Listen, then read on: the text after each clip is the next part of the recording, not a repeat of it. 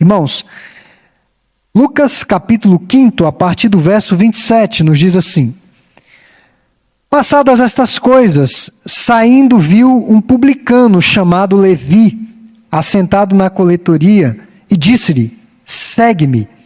Ele se levantou e, deixando tudo, quero que você dê um destaque a isso, deixando tudo, o seguiu.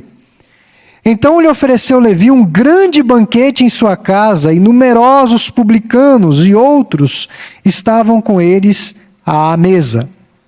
Os fariseus e seus escribas murmuravam contra os discípulos de Jesus, perguntando: Por que comeis e bebeis com publicanos e pecadores? Respondeu-lhe Jesus: Os sãos, vamos ler juntos? Os sãos não precisam de médico, e sim os doentes.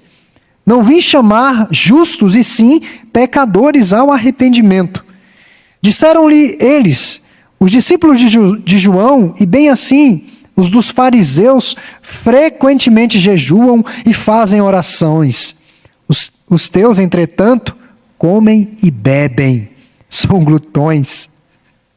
No entendimento deles. Jesus, porém, lhes disse: Podeis fazer jejuar os convidados para o casamento enquanto está com eles o noivo? Faz sentido numa recepção de casamento as pessoas estarem de jejum? Dias virão, contudo, em que lhes será tirado o noivo, naqueles dias sim, jejuarão.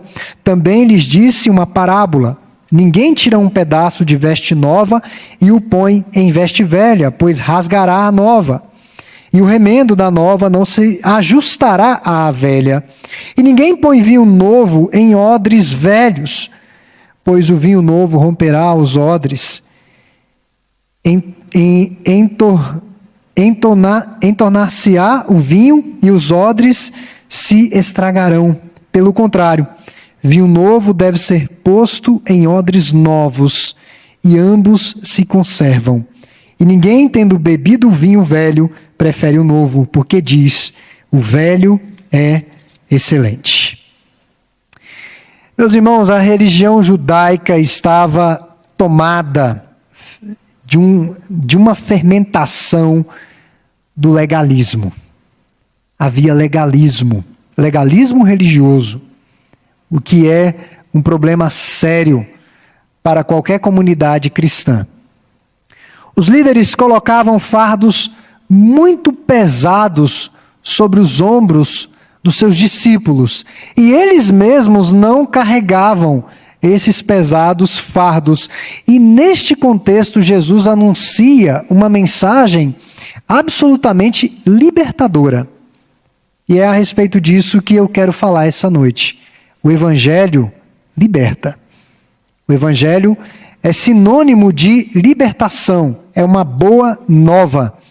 E eu quero destacar essa noite apenas duas verdades à luz de todas essas passagens. Nós lemos aqui 3 passagens bíblicas. Eu quero destacar apenas duas verdades. A primeira delas é que o Evangelho comunica uma graça disponível aos que são rejeitados, aos excluídos. O Evangelho tem uma mensagem direta para estas pessoas. E quando eu me refiro a pessoas rejeitadas e excluídas, eu não estou falando apenas de pessoas rejeitadas e excluídas socialmente, mas pessoas que entenderam a sua miséria espiritual. Especialmente estas. E isso está aí do verso 27 a 32, nós vamos falar logo mais. Antes, eu quero trazer uma ilustração que eu ouvi essa semana, achei interessante. Eu ouvia um pouco a respeito da ilustração do Elvis Presley, um cantor de rock, já dos idos da década de 60, 70, o chamado Rei do Rock. E eu vi uma curiosidade a respeito do Elvis. Elvis apreciava Cadillacs, que é um carro caro, caríssimo. No tempo dele era um carro muito caro, e os historiadores dizem que Elvis comprou cerca de 900 Cadillacs.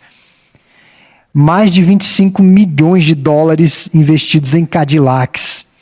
E ele não tinha todos esses Cadillacs. Ele gostava de dar de presente Cadillac.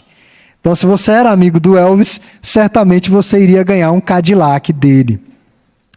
E essa pessoa que falava a respeito da história do Elvis, algumas curiosidades, ele disse que no dia 25 de julho de 1975, na cidade de Memphis, nos Estados Unidos da América, ele comprou um Cadillac de uma forma diferente. Ele comprou um Cadillac para uma senhora negra, que estava de fora da concessionária, já idosa essa senhora, admirando os Cadillacs. Elvis cresceu numa comunidade mista com negros, ouvindo black music, blues, por isso daquela dança estranha também. E ele não tinha essa questão do racismo, na verdade ele lutou contra o racismo muitas vezes. E ele estava ali dentro daquela concessionária e percebeu que os vendedores estavam meio preconceituosos em relação àquela senhora. Ele saiu da loja e fez a seguinte pergunta à senhora: a senhora gosta de carros, né? A senhora gosta desse tipo de carro? Ela disse: sim, eu acho esse carro lindíssimo. E aí ele perguntou àquela senhora: a senhora gostaria de ter um desses? E ela disse: eu nunca poderia comprar um carro desses. Nunca. Não tenho dinheiro, não tenho recursos para isso. E aí ele disse para ela o seguinte: só um minutinho. Ele entrou na concessionária, foi até o gerente, pediu a chave do Cadillac, saiu da concessionária e aí ele entregou a chave para aquela senhora e disse: o carro é seu, pode levar embora. Ela simplesmente não poderia acreditar no que estava acontecendo. Ela estava recebendo um carro zero, caro, de marca, de luxo, do Elvis. E aí ele disse o seguinte para ela: é seu, aproveite. Aproveite que o carro é todo seu. Então, por várias vezes, ele manifestava esse tipo de generosidade, especialmente para as pessoas que eram bem desvalidas, não tinham condição alguma. Ele agraciava. Nós vemos algo muito semelhante aqui na passagem que nós lemos, versos 27 a 28, algo muito parecido. Mas claro que não pode ser comparável. O que Jesus fez por Levi não pode ser comparável ao que Elvis fez para aquela mulher ali na década de 70. Não pode ser comparável. O que Jesus fez é muito superior. Mas uma similaridade é que aquele homem jamais, e ele sabia disso, era consciente disso, ele não teria condição alguma de pagar a Jesus o que Jesus estava fazendo por ele. Jesus chamou Levi, um publicano, para segui-lo. Ele é mais conhecido pelo seu nome grego, Mateus. Ele era judeu. E como indica, tanto o seu nome quanto de seu pai, Alfeu, eram gregos. Lucas se refere a ele como Levi, e também como Mateus, em Lucas 6,15, Atos 1,13. Coletor de impostos em Cafarnaum, a maior cidade do mar da Galileia. Levi fazia parte de uma lucrativa operação financeira. E ele sabia disso. Os cobradores de impostos estavam entre as pessoas mais odiadas e desprezadas do Israel no primeiro século. Por uma razão muito simples. Eles estavam aliados a Roma. Eles eram a Receita Federal. Eles cobravam todo mundo. E eles cobravam muito além do que Roma estabelecia. E eles poderiam fazer isso. Não sabemos se Levi era um homem desonesto. O texto não vai dar uma indicação a respeito disso. Mas o fato dele trabalhar com Herodes Antipas, diga-me com quem tu andas, e eu direi quem tu és, já falava um pouco a respeito do seu caráter e também da sua reputação entre os judeus mais zelosos. Os cobradores de impostos também eram reconhecidos como publicanos. Eram considerados como sujeira da sociedade e os piores pecadores daqueles dias. E ao chamar um cobrador de impostos para segui-lo, Jesus comete aqui o que nós poderíamos dizer um ato inconciliável de impropriedade social, especialmente aos olhos da elite religiosa. Sem dúvida, Mateus era um homem conhecido, dada a sua ocupação desagradável e impopular.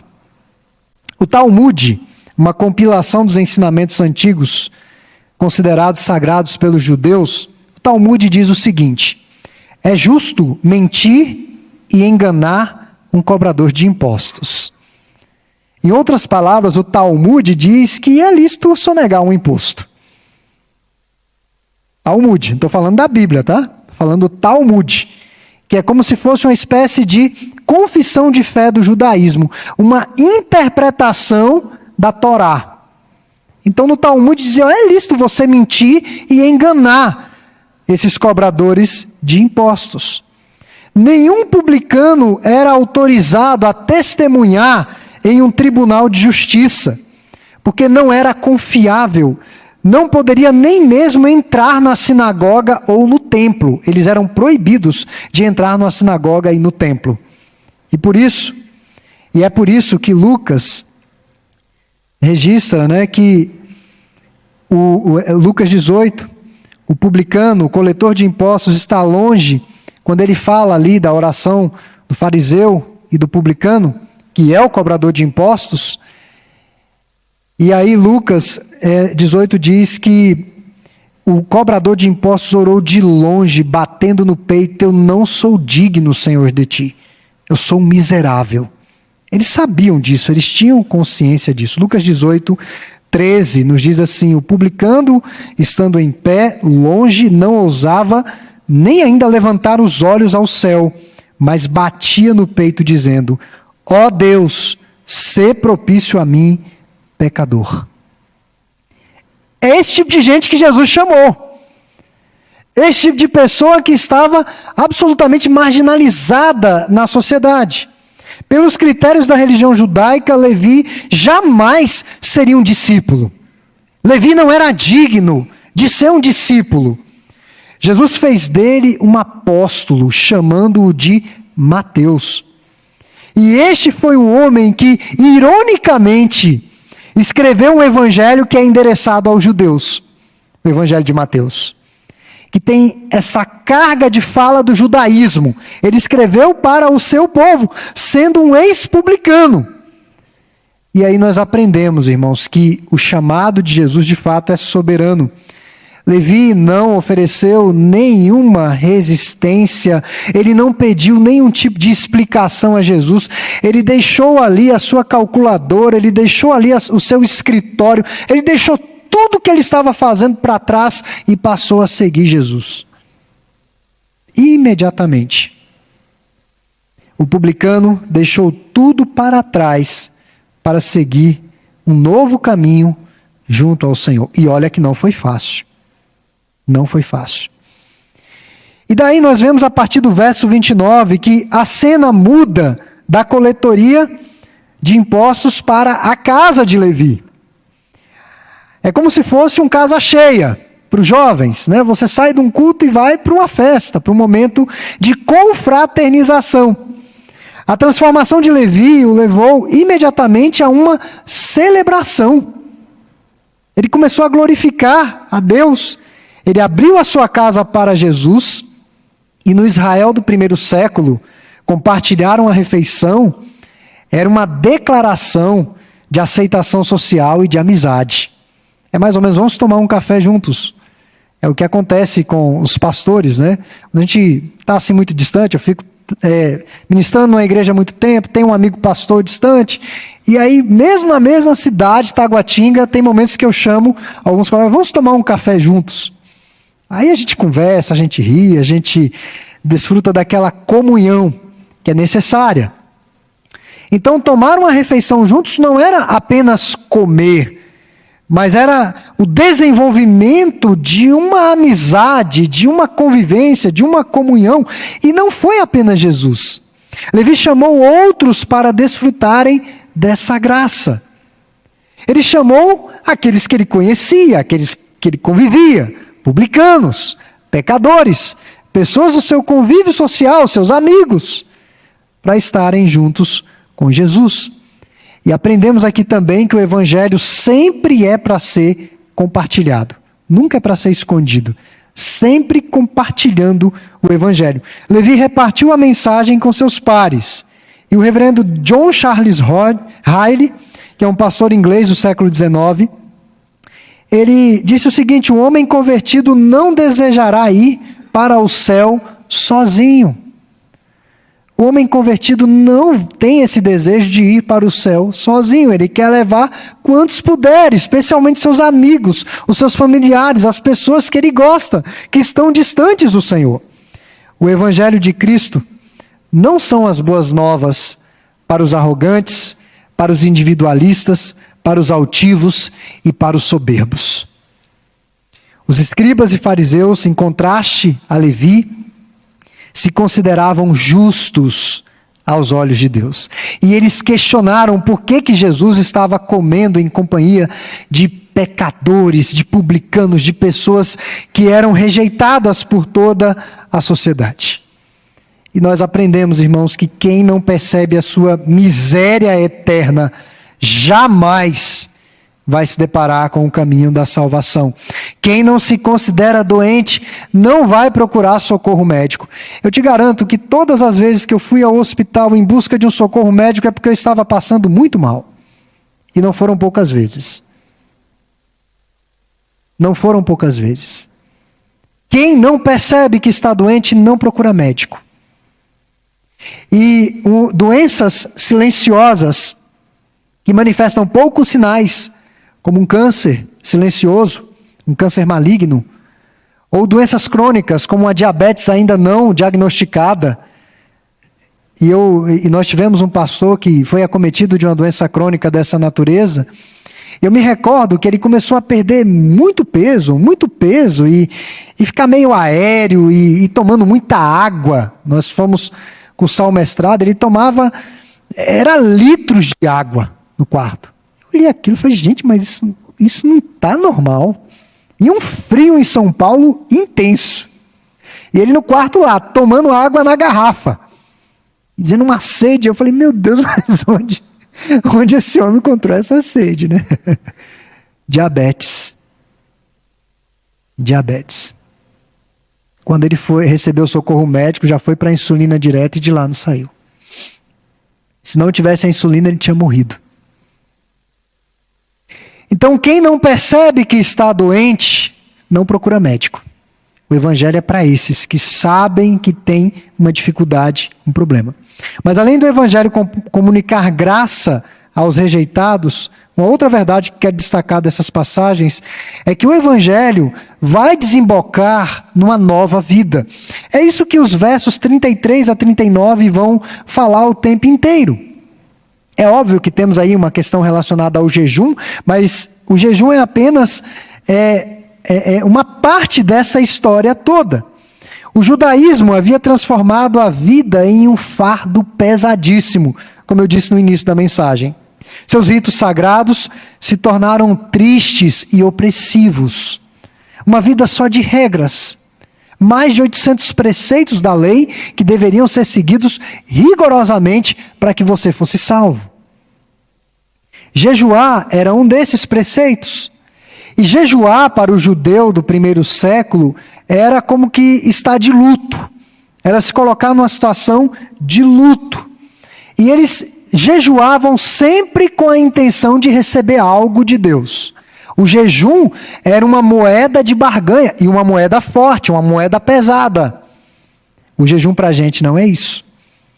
O jejum para os reformadores era uma das maneiras que você tinha, uma das maneiras pelas quais você tinha de mortificar a sua carne, os seus desejos pecaminosos. O jejum era uma maneira de você redirecionar suas afeições, os seus sentimentos, os seus pensamentos a Deus, uma consagração a Deus. E eu tenho ouvido muito a respeito de jejum, o chamado jejum intermitente. Depois você pesquisa isso na internet. Algumas pessoas têm descoberto os benefícios do jejum intermitente. E depois de 4 horas de jejum, você digeriu tudo que tinha para digerir. De 4 a 10 horas acontece alguma coisa no seu organismo. De 10 a 16 horas parece que tem uma regeneração celular. E daí para cima, parece que o seu organismo vai melhorando. O seu fígado trabalha melhor, tudo trabalha melhor. E eles recomendam que esse jejum deve ser feito para que você tenha saúde. Aí você fala isso numa cultura da igreja dos nossos dias. Inclusive daqueles dias, né, que os discípulos, aliás, os fariseus acusaram os discípulos de Jesus de só comer e beber. E eles questionaram: Senhor, os seus discípulos não jejuam. E aí Jesus fala claramente como que eles vão jejuar enquanto o noivo está presente na festa.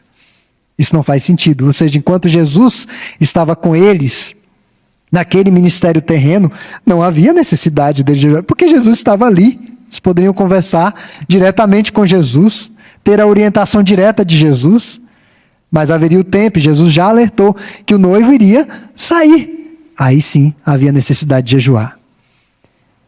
Irmãos, pesquisem sobre isso. Os irmãos vão ver que o que a Bíblia fala, a ciência vem depois para trazer algum embasamento. Mas se a Bíblia fala, é porque tem fundo nisso aqui de verdade para a igreja de Cristo. No período dos puritanos ingleses dos séculos XVI, final do século XVI até o final do século XVIII, os puritanos ingleses tinham uma prática para o domingo. Eles jejuavam no domingo. Todos os domingos eles jejuavam. Eles quebravam o jejum numa determinada parte do dia, eles jejuavam, e todos os domingos, que era o dia do Senhor, eles eram muito rurais, eles separavam a melhor ração e entregavam para os seus animais. Para que até os animais percebessem que domingo era um dia diferente. Domingo tem que ser um dia diferente. O domingo não é meu. O domingo é do Senhor. Eu devo consagrar ao Senhor. A minha prioridade é o Senhor. E hoje de manhã eu falei até na classe para catecúmenos, por que domingo é o dia do Senhor? Domingo, universalmente, é um dia de feriado, é um dia de folga universal. Nós temos irmãos que trabalham no plantão domingo, mas universalmente é um dia de folga. Até as pessoas que trabalham todos os domingos, pode ter um domingo que ela vai ter que folgar. Isso aí é convencionado, que é um dia de folga. Aí você diz, não, esse domingo, esse dia é para eu dormir até mais tarde, é para eu descansar. E por que domingo deve ser consagrado, irmãos? Porque domingo é o dia que nós estamos nos santificando mais para Deus. Nós deixamos as atividades corriqueiras e concentramos toda a nossa atenção, toda a nossa vida diante do Senhor. Os irmãos lembram como que Davi pecou? Davi pecou na guerra? Davi estava na guerra lutando, ele, tem uma mulher bonitona, Batseba, eu vou adulterar com ela. Não. Davi pecou quando ele estava de folga no palácio. Naquele momento de lazer. O momento de maior perigo para o crente cair é no lazer. Por isso que esse dia é consagrado, é dedicado a Deus. E aí os fariseus indagaram a Jesus a respeito do jejum. E Jesus disse, olha, agora não, mas vai chegar um tempo que eles irão jejuar. Mas o que Jesus quer destacar aqui, irmãos, é que os judeus sempre faziam jejum com a intenção de receber algo da parte de Deus. Eles tinham que fazer alguma coisa para receber algo de Deus. A nova vida não propõe isso para nós. Nós não precisamos fazer alguma coisa para receber. Nós já recebemos. Nós já fomos agraciados. Nós já fomos equipados. Nós fazemos o bem porque somos gratos e não para receber algo da parte de Deus. E aqui há um alerta importante para todos nós. A religião pode se tornar um fardo pesado, em vez de ser um instrumento libertador. O jejum é um exercício espiritual legítimo, importante, necessário. Deve ser uma expressão do coração e não algo para ser visto e aplaudido pelas pessoas. A nova vida em Cristo é sempre uma vida alegre e esperançosa. Nós não precisamos jejuar e transfigurar o nosso rosto, ficar tristes, mostrar para todo mundo que estamos jejuando. Não, de modo algum.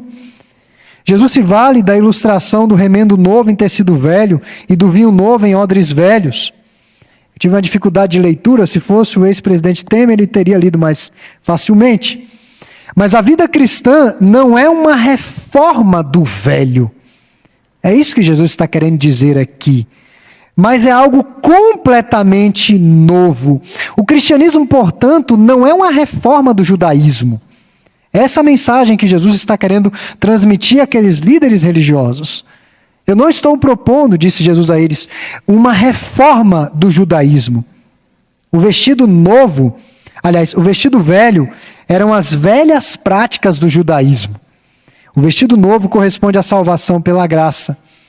A vida cristã não pode ser condicionada a uma estrutura, a uma mera religião.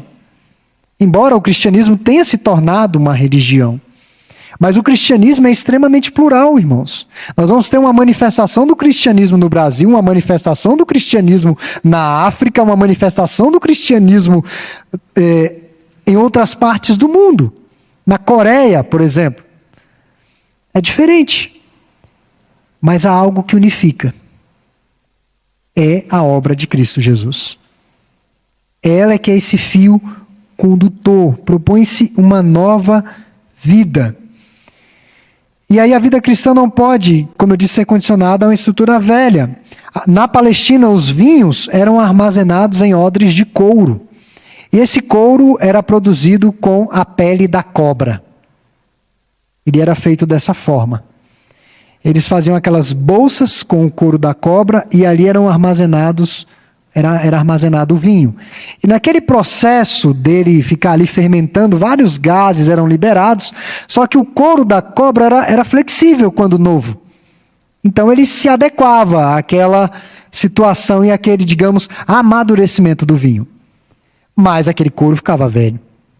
As pessoas consumiam o vinho velho, que era bom, mas se você colocasse um novo vinho naquele odre velho, pode ter certeza que com a fermentação e os gases, o que iria acontecer com aquele couro ressecado? Ele iria se romper. Você iria perder o vinho, você iria perder o odre, você não ia ter mais ali o que você objetivava. E Jesus está dizendo que o cristianismo é algo novo. Completamente novo. Não daria para usar o cristianismo em odres velhos. Em odres velhos. Então, irmãos, a libertação e a novidade somente serão aplicadas às pessoas de fato convertidas. Odres velhos se arrebentam e o remendo logo aparecerá na vestidura velha. Hoje não fazemos isso, porque temos outra condição, mas antigamente as pessoas faziam muitos remendos em roupas. Eu achava até que alguns paletós que tinham um negócio aqui embaixo era um tipo de remendo. Eu pensava que era, mas não, diz que é algo mesmo chique, é da moda aquilo lá. Mas as pessoas faziam muitos remendos. Hoje não, hoje tem uma roupa, rasgou, você joga fora, compra outra, é barata. Então, a vida cristã é algo totalmente novo. Nós devemos caminhar em novidade de vida. Então, essa noite eu falei, irmãos, que o Evangelho liberta, o Evangelho comunica graça disponível aos rejeitados e o Evangelho proporciona uma nova vida. Jesus não veio a pessoas saudáveis, Ele não veio para pessoas justas, Ele veio para pecadores, como eu, como os senhores. E esta é uma boa notícia para todos nós. Se Ele tivesse vindo apenas para os justos, você pode ter certeza que nem eu e nem você o teríamos conhecido. Nós não o teríamos conhecido. Jesus não veio para chamar pessoas boas, mas veio para chamar pecadores ao arrependimento. O cidadão modelo e o assassino, o cônjuge fiel e o adúltero, o missionário que deu a sua vida ao ministério, ou a pessoa que se voltou para Cristo no último minuto de vida, é sempre graça disponível aos eleitos. Não importa a condição em que ele esteja. E nós temos que louvar a Deus que a graça não é justa. A graça nunca é justa. Porque se a justiça de Deus recaísse sobre nós, nós estaríamos perdidos. A justiça de Deus recaiu sobre nós na pessoa do seu Filho. Em Cristo Jesus. Toda a ira de Deus foi direcionada àquela cruz maldita. Toda a ira. E é somente nele, no Filho, que nós encontramos justificação. Meus irmãos, que Deus aplique essas verdades aos nossos corações. São verdades já conhecidas, verdades já aprendidas, mas verdades que precisam ser vividas no nosso dia a dia. Nós fazemos parte do povo do pacto da aliança, nós fazemos parte da comunidade da graça. Somos presbiterianos, é claro, mas presbiterianos alcançados por essa graça irresistível. E uma aplicação, assim, que eu quero que você reflita ao longo de toda essa semana. Pai Nosso tem uma sentença que é perigosa da gente orar. A sentença é a seguinte: perdoa as nossas dívidas, assim como eu tenho perdoado as dívidas dos outros, as minhas ofensas, como eu tenho perdoado as ofensas. É complicado esse negócio aí. Será que essa noite temos condições de orar assim? Para Deus usar da mesma medida que nós temos usado em relação ao nosso próximo? É algo que eu quero que nós possamos refletir ao longo dessa semana. Essa graça nos alcançou, essa graça nos redimiu, mas será que nós estamos manifestando graça?